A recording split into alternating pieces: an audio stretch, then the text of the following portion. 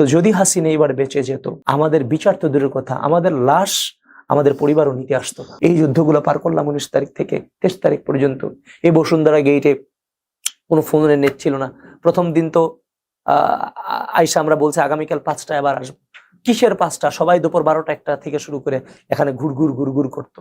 এরপরে হঠাৎ করে আমরা স্লোগান তুলতাম, দেখতাম নিমিষেই 400-500 মানুষ একত্রিত হয়ে এই যে পিকেটিং করা শুরু হয়ে যেত। এক ভয়াবহ অভিজ্ঞতা। নেট নাই, কানেকশন নাই, ফোনে যোগাযোগ নাই, খালি মনের আশায় যে এখানে আন্দোলন হবে যাই। কেউ কাউকে চিনে না। এক দফা এক দাবি, খুনি হাসিনা তুই কবে যাবি, এই কইতে জানি শত শত মানুষ এসে হাজির হয়ে গেছে। আমি তো একদম এমন না যে একটা জায়গায় বসে কারো নির্দেশনা দিয়েছি, আমি নিজে রাজপথে থেকেছি, প্রত্যেকটা মোমেন্টে থেকে মানুষকে ইনফ্লুয়েন্স করার চেষ্টা করে গিয়েছি। এই যে দেখেন 14 তারিখ রাতে হাসিনাকে স্বৈরাচার শব্দে গোটা বাংলাদেশে প্রতিষ্ঠিত করানোর পেছনে আমাদের ছাত্রদলের ছেলে মেয়েদের প্রধান ভূমিকায় ছিলাম আমরা। কারণ জেনারেল স্টুডেন্টের পক্ষে হাসিনাকে স্বৈরাচার শব্দে প্রতিষ্ঠিত করার সুযোগ নাই। করার পরে 15 তারিখ ভিসি চত্বরে আমার চোখের সামনে মেয়েদের নাক দিয়ে রক্ত পড়তেছে, মুখ দিয়ে রক্ত পড়তেছে, কান দিয়ে পড়তেছে, কারো মাথা দিয়ে পড়তেছে, কারো হাত ঝুলতেছে। এভাবে এই দৃশ্যগুলো আমি চোখের সামনে দেখছি, আমি নিজে আহত হয়েছি। 18 তারিখ হচ্ছে যে শহীদ জিল্লুরের লাশ কানাইরেন বিশ্ববিদ্যালয়ের সামনে, ইম্পেরিয়াল কলেজের ফার্স্ট ইয়ারের শিক্ষার্থী শহীদ জিল্লুরের লাশ, বাংলাদেশের পতাকায় মোড়ানো লাশ ধরলাম, এই লাশের রক্ত হাতে, এবং এই লাশকে সাক্ষী রেখে হাসিনা পতনের স্লোগান উদ্ধৃত করলাম। এর লাশ নিয়ে ব্রেক বিশ্ববিদ্যালয় পর্যন্ত মিছিল করতে করতে আসলাম। এরপরে আপনার হচ্ছে যে 19 তারিখ গেরিলা যুদ্ধ শুরু হয়েছে। এক প্রকার ইন্টারনেট বন্ধ, কেউ কারোর সাথে যোগাযোগ করতে পারতেছে না। তারপরও পোলাপান আপনাদের টেলিভিশনগুলোতে কিংবা বিভিন্ন যে বেসরকারি টেলিভিশনগুলো সবগুলোতে সরকার দ্বারা নিয়ন্ত্রিত হচ্ছিল। ওইখানে শিরোনাম ভাসতেছিল যে আপনারা আপনাদের ছেলে মেয়েদেরকে নিয়ন্ত্রণ করেন, কোনো অঘটন ঘটলে সে দায় সরকার নেবে না।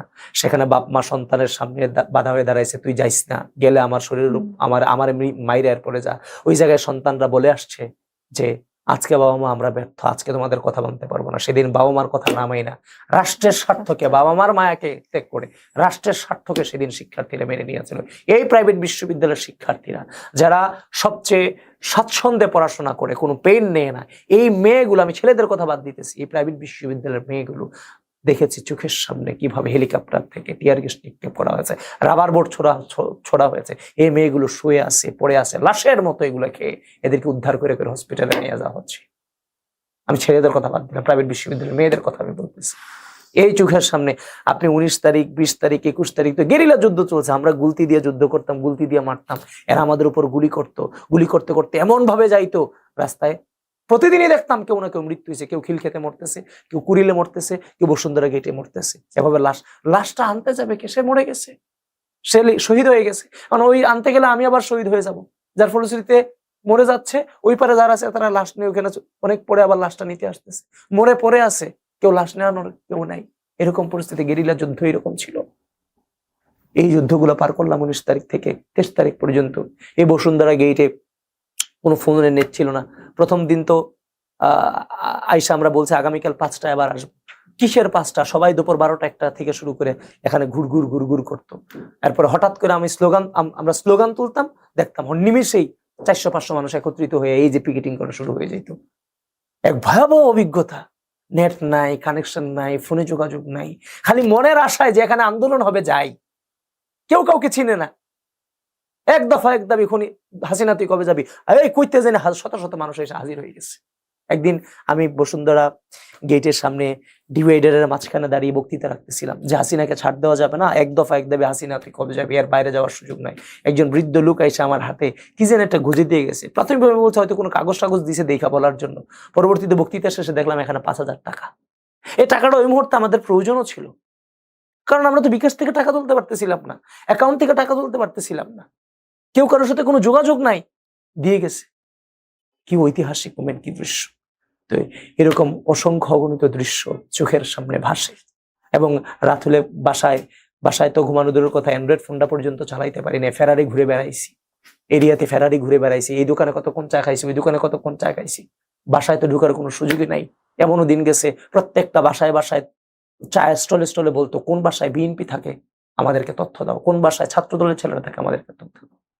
তো আসলে বাস্তবতা যেটা, মানে এটা একদম কঠিন সত্য কথা, যাদেরকে আপনারা সামনের সারিতে দেখেছেন কিংবা সামনে এসেছে, তাদের এই গণঅভ্যুত্থান যদি ব্যর্থ হতো, তাদের যেমন বিচার হতো, সেই বিচার একটা প্রক্রিয়ার মধ্য দিয়ে হতো।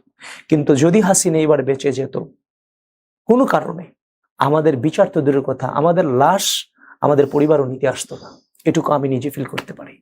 কারণ এই নিরীহ পরিবার যারা রাজনীতি বোঝে না, এমনি ভয় পায়, আমাদের পরিবারগুলোকে ধ্বংস করে ফেলা হতো, লাশটা খুঁজে পাওয়া যেত না আমাদের। এটা ফিল করি। এই জন্যই তো জুলাই নিয়ে অনেক জায়গায় যখন যাই, অনেক ধরনের প্রশ্ন করে যে ভাই কতটুকু সফল হলেন, কতটুকু ব্যর্থ হইলেন। আমি এই জায়গাতে খুব স্ট্রেট ফরওয়ার্ড নীতি অবলম্বন করি। আমি ফিল করি যে জুলাই মানেই সফলতা, জুলাই মানেই বাংলাদেশ, জুলাই মানেই আমাদের জীবন। সুতরাং এই জুলাইকে কতটুকু সফল, কতটুকু ব্যর্থ, এই কোশ্চেনের মধ্য দিয়ে জুলাইকে অবজ্ঞা করার কোনো সুযোগ নাই, অবনমিত করার সুযোগ নাই, দেয়া যাবে না। আমরা কতটুকু স্পিড ধরে রাখতে পারতেছি, একটা সংগ্রামের পরে গণতন্ত্রে ফিরে আসার পরে অনেক ধরনের মতভেদ তৈরি হয়। গণতন্ত্রের জন্য তো লড়াই করলাম, মতভেদ হবে, মতানৈক্য হবে, কার কতটুকু অবদান, এগুলো অনেক ধরনের কথা হবে। কিন্তু জুলাইকে প্রশ্নবিদ্ধ করতে দেওয়ার সুযোগ কাউকে দেয়া যাবে না, এই নীতিটাতে আমি বিশ্বাস করি। যদি কেউ পথভ্রষ্ট হয় জুলাইয়ের পরে, কেউ পথভ্রষ্ট হইলে তাকে পথে আনার লোকও তো ছিল বলেই আজকে রাষ্ট্র গণতন্ত্র এবং রাষ্ট্র স্থিতিশীল, গণতন্ত্র ফিরে আসছে। সুতরাং ভুল তো আমাদের মাঝখানেই হচ্ছে। আমরা আত্মসমালোচনা করবো, নিজেদেরকে শুধরে নিব, কিন্তু অপর পক্ষকে সুযোগ দেব না, পরাজিতদেরকে সুযোগ।